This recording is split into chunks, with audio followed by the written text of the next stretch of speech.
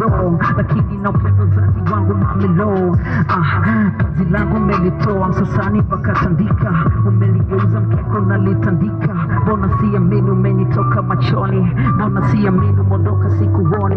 Na Mungu akulinde kama bodyguard, ili kuita baby ukaniita daddy. Kipindi sina kitu mama ulinikataa, ukaniita mpaka majina ya wanyama nguruwe, yani au na issue. Mungu sasa manya kaniletea kifaa, mvumilivu tena anayenifaa. Kila nikimwona moyo nasema paa, kama nimepigwa teke la tolijaa. Extra zamani musi kama lami, extra zamani pua kama nyani, extra zamani au na issue. Tendo na duka jasho la kufutwa na tishu.